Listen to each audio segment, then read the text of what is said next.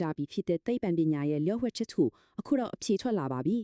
မိုးကြိုးမုန်တိုင်းတွေကြားမှာတစ်ပင်တွေကတိတ်တဆိတ်လျက်နေတယ်ဆိုတာကိုဖြစ်နိုင်လားဒီဖြစ်စဉ်ကို corona discharge လို့ခေါ်ကြတယ်ဒါပေမဲ့ဒါဟာ theory ရပဲသိခဲ့ကြတာလက်တွဲမှာဘယ်သူမှမမြင်ဘူးခဲ့ဘူးလေအနည်း10လောက်ကြားခဲ့တဲ့တောင်သဘာဝထဲမှာတကယ်ဖြစ်နေလေဆိုတဲ့တက်တွေကလုံးဝမရှိခဲ့ပါဘူးဒီတော့ပန်စတစ်ကမိုးလေဝသတူတီတီတစ်ခွဲကဒီအလင်းရောင်ကိုလိုက်ရှာဖို့ဆုံးဖြတ်လိုက်ကြတယ်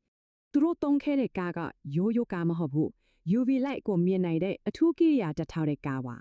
သူတို့ရဲ့ပထမဆုံး plan ကတော့မွန်တိုင်းမြေကြားရဲ့ Florida ကိုတွားဖို့ပါပဲအဲ့မှာဆိုတေချာဖို့တွေ့ရမယ်လို့ထင်ခဲ့ကြတာဒါပေမဲ့ကန်ဆိုးစွာနဲ့သုံးပတ်လုံးမအောင်မြင်ခဲ့ဘူး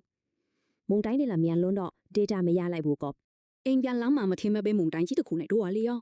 ဒါနဲ့သူတို့လည်းနောက်ဆုံးအခွင့်အရေးထိစမ်းကြည့်လိုက်တယ်အဲ့ဒီမှာပဲ Sweet Gum တစ်ပင်ကနေ Corona Discharge ဖြစ်စဉ်ပေါင်း859ခုကိုမှတ်တမ်းတင်နိုင်ခဲ့တယ်ဟုတ်ပါပဲဆက်စုနှစ်တွေ့တဲ့နဲ့ချီပြီး theory အဖြစ်ပဲရှိခဲ့တာအခုတော့သူတို့မြင်သက်သေရသွားပြီကဲဒါဘယ်လိုဖြစ်တာလဲဆိုတော့မုန်တိုင်းတင်တိုက်ဒီမှာအနုတ်ဓာတ်တွေစုလာပါတယ်အဲ့ဒီအခါမြေကြီးနဲ့တစ်ပင်ဒီမှာအဖိုးဓာတ်တွေစုလာတယ်မိုးချိုးလဲလိုပဲတရွက်ဖျားလေးတွေစီအထိပေါ့တရွက်ရဲ့ထိဖျားလေးတွေမှာလက်စစ်အားကအယမ်းပြင်းထန်လာပြီးလေထဲကအီလက်ထရွန်တွေကိုဆွဲဖြုတ်လိုက်တယ်အဲ့ဒီမှာတဲ့အလင်းရောင်ထွက်လာတာဒါပေမဲ့ဒီအလင်းရောင်ကဒီတိုင်းလေးပဲမဟုတ်ဘူး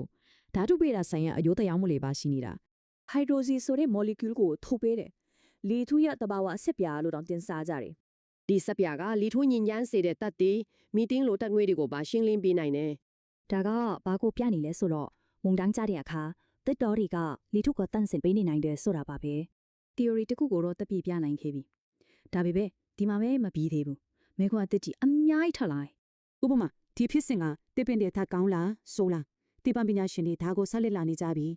အခုဆိုရင်ဂီဟာစနစ်ကိုဘယ်လိုတယောက်လဲဆိုတာပုံနားလည်ဖို့ဇီဝပညာရှင်တွေနဲ့ပါပူးပေါင်းနေကြပါပြီဒီတော့နောက်ဆုံးမဲကုန်းကမုန်တိုင်းကြားတဲ့အခါတစ်တော်တွေကသူတို့ပတ်ဝန်းကျင်လေထုကိုသူတို့ပါတာတန့်စင်နေကြတာလား